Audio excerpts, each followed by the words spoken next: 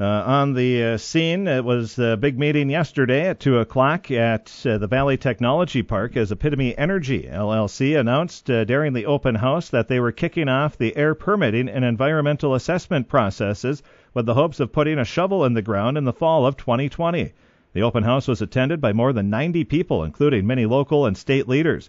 Among those attending were all the councilmen from the city of Crookston, Department of Ag Commissioner Tom Peterson, State Representative Deb Keel, State Senator Mark Johnson, Polk County Commissioners Gary Wilhite and Joan Lee, and Leroy Stump from U.S. Representative Colin Peterson's office and a former politician as well. Dennis Egan, President and CEO, said Epitome was excited to be able to announce that they had hired their permitting and environmental assessment teams. We're excited, boy, the turnout that we had from the community, from the growers, from the city of Crookston. You know, every city council member was here. We had our state senator and Deb Keel with our representative were here. So we were really excited and honored to be able to make that announcement today that we have hired our permitting team and we've given them the green light to start the process. The permitting and environmental assessments will be coordinated by Minnesota-based companies, Wenck Associates and Sunday Engineering, continuing a trend of Minnesota-based partnerships in developing the facility. We are extremely excited to make this a Minnesota project, and so whether it's the permitting folks with Wenck and Sunday Engineering, whether it's our CPA firm with Christensen and Associates out of Wilmer, to our announcement 10 days or so ago that our technology provider is going to be Crown Technology, which is a world leader. They happen to be based in Minnesota, and in the next 10 days or so we're going to announce our construction firm, and that's another Minnesota company, and so to be able to look at a 42 million bushel a year crush facility, a 30 million gallon biodiesel plant built in Minnesota, Minnesota technology, Minnesota construction firm, Minnesota employees, they're building it. We're pretty excited that this is the right place for the right project. Representatives from both Christensen Associates and Finish Line Management LLC were also available during the open house to discuss equity investments. The goal for local equity investment is to raise up to $10 million with minimum investments of $35,000. Both Egan and Ag Commissioner Tom Peterson said there are a lot of challenges currently in the agriculture economy, but that the project can bring local benefits to the region. Egan said the more equity into the project that can be kept local, the more benefits there are to the community as a Minnesota-based company.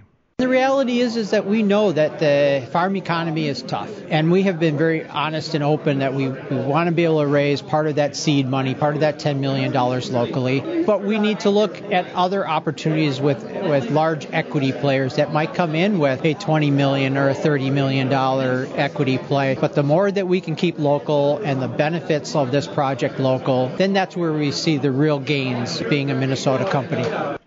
And Ag Commissioner Peterson called Crookston a natural place to add value to the soybean crop and said he thinks that helping the basis will be great for the area.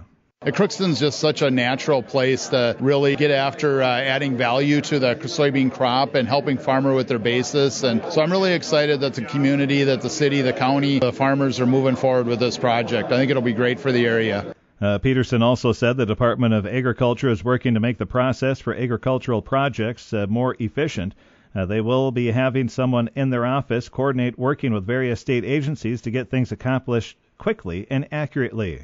I think that's kind of the frustration sometimes, is that government's kind of slow or is in the way, and we want to be, we want this to succeed. We want it to be done right, and so that we're going to work, across the state agencies, whether it's the DNR, PCA, Department of Transportation, Department of Ag, to make sure that this project moves forward quickly and is done right. The Soy Innovation Campus, which will operate as a nonprofit and has received $5 million in funding from the Department of Agriculture, was also a focal point of the open house. Tom Slanecka, the Executive Director, CEO for Minnesota Soybean Research and Promotion Council and the Minnesota Soybean Growers Association, said the campus would be the first of its kind. He said that when prices are down, as they currently are, it's time to think big about how to invest in adding value to farms and communities. Whenever prices are down like this, we really need to think big. I mean, it's typical that we think small when economics are hard, but really now's the perfect time for us to think about what actually can we get done with the soybean and other grains that will add value not just to our farms but to our communities. And that's exactly what this campus is going to do. We're going to prove out technologies from all across Minnesota that will create new jobs and better return on investments for the larger plants that are scattered across the state. The Soy Innovation Campus will partner with the University of Minnesota Crookston as it develops to test new and old technologies for use around the state, as well as provide processing training to people in and out of the Crookston community, according to Slaneka. This campus is going to be designed so that it has classrooms in it. We'll be introducing new technologies and old technologies for people to learn and train and get to understand what processing is all about. So there are all kinds of jobs in processing facilities, but who's training those folks? And if you're going to get the best job possible, you want to have some training. So as the project develops, as the university gets more involved, as more and more technologies come into our facility, there'll be more and more opportunities for people from the Crookston community and from people outside the Crookston community to come in and learn a new skill. And the air permitting and environmental assessment processes will take 10 to 12 months to complete. The process includes many different analyses and working closely with the Minnesota Pollution Control Agency to meet state and federal standards, according to Lucas Taylor, principal of Wenck Associates.